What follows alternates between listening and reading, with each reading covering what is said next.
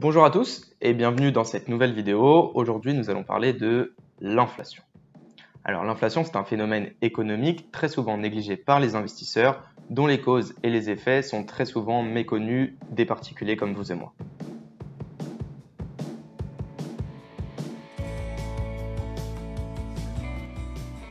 Alors dans un premier temps, définissons ce qu'est l'inflation. L'inflation désigne le fait qu'une monnaie perd en pouvoir d'achat et cela se reflète par l'augmentation générale des prix. Prenons un exemple pour illustrer l'inflation. Imaginons qu'en l'an 2000, vous disposiez de 2 €. Avec ces 2 €, vous pouviez vous acheter 3 baguettes de pain, car celles-ci coûtaient 63 centimes d'euros l'unité. Et en 2015, vous ne pouviez en acheter que 2, car celles-ci coûtaient 87 centimes d'euros l'unité. Le prix a donc augmenté et vous avez donc perdu en pouvoir d'achat. C'est donc précisément ce qu'est l'inflation. Alors là, je vous ai donné un exemple pour que vous compreniez mieux, mais l'inflation se constate lorsque il y a une augmentation des prix sur l'ensemble des biens et des services. Alors, comment est calculée l'inflation? Il se calcule grâce à l'IPC, donc l'indice des prix à la consommation. C'est un calcul pondéré afin de représenter au mieux le panier moyen d'un consommateur dans un pays. Il nous permet de constater l'évolution de l'inflation ou de la déflation. Alors, pour la petite histoire, voici un graphique de l'inflation depuis le début du XXe siècle. On peut voir sur ce graphique que la France a eu du mal à contenir, à maîtriser son inflation pendant plusieurs années. Et pour cela, il faut comprendre pourquoi. Alors en effet, l'inflation est basée sur l'offre et la demande. Donc l'offre représentant les productions de biens et de services par les entreprises, et la demande représentant les consommateurs voulant consommer ces biens et ces services. Alors, lorsque la demande s'accroît et que l'offre reste constante, les prix vont augmenter. Pourquoi? Eh bien, beaucoup de personnes voudront le même bien ou le même service, ils seront donc en concurrence et ces mêmes biens ou services vont voir leur prix augmenter. C'est exactement ce qui s'est passé pendant les 30 Glorieuses, car tous les consommateurs ont vu leur pouvoir d'achat augmenter, ils pouvaient donc beaucoup plus consommer et les prix ont augmenté. En parallèle, si l'offre diminue et que la demande reste constante, eh bien les prix vont aussi augmenter. En effet, il y aura moins de biens et de services proposés pour la même demande. C'est exactement ce qui s'est passé pendant les guerres mondiales, car la force de travail était concentrée sur les services militaires au détriment des autres biens et services.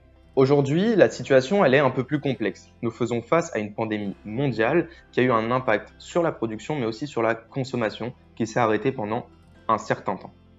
Afin de préserver notre économie et d'éviter un krach boursier, les banques centrales, donc surtout la Fed et la BCE, ont injecté massivement des liquidités pour soutenir les marchés.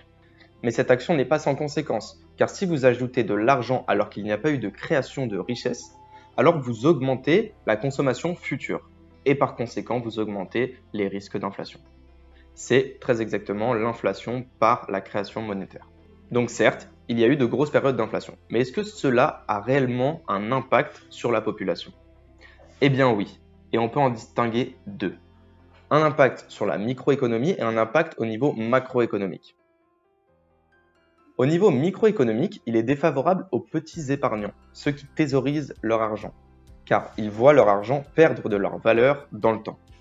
Il est aussi défavorable à ceux qui ont un revenu fixe qui ne croît pas en même temps que l'inflation.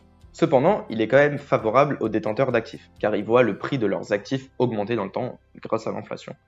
Et il est aussi favorable aux agents endettés, car si vous empruntez 100 et qu'il y a de l'inflation, alors vous allez rembourser 100, mais ces 100 € remboursés vaudront moins que les 100 € que vous avez empruntés. Et donc pour nous, les investisseurs, quelle est l'importance de prendre en considération l'inflation dans nos investissements? Eh bien, il y a un impact direct sur notre rentabilité. En effet, si j'ai beaucoup d'actifs et qu'il y a peu d'inflation, il va me falloir des rendements peu élevés pour pouvoir générer des plus-values. Par contre, s'il y a un peu plus d'inflation, il va falloir que je sois plus ambitieux quant à mes investissements pour pouvoir combattre cette inflation, entre guillemets.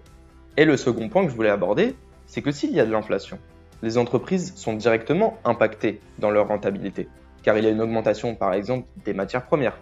Les investisseurs vont donc se tourner vers des actifs un peu plus sûrs, comme par exemple les obligations. Et je vais vous partager maintenant mon avis. Si l'inflation augmente dans les prochains mois, voire dans les prochaines années, les banques centrales vont devoir augmenter leurs taux. Et les investisseurs vont donc se tourner vers des actifs plus sûrs, comme les obligations, le marché obligataire dans son ensemble. et ils vont se retirer petit à petit du marché action. Et ils risquent de prendre un sacré coup. Voilà, c'est tout pour cette vidéo. J'espère que tu as pu en apprendre un peu plus sur ce qu'est l'inflation et son impact sur les investissements. Si tu as aimé le contenu, n'hésite pas à mettre un petit pouce, à t'abonner, à poser des questions dans les commentaires. On essaiera d'y répondre le plus vite possible. À la prochaine!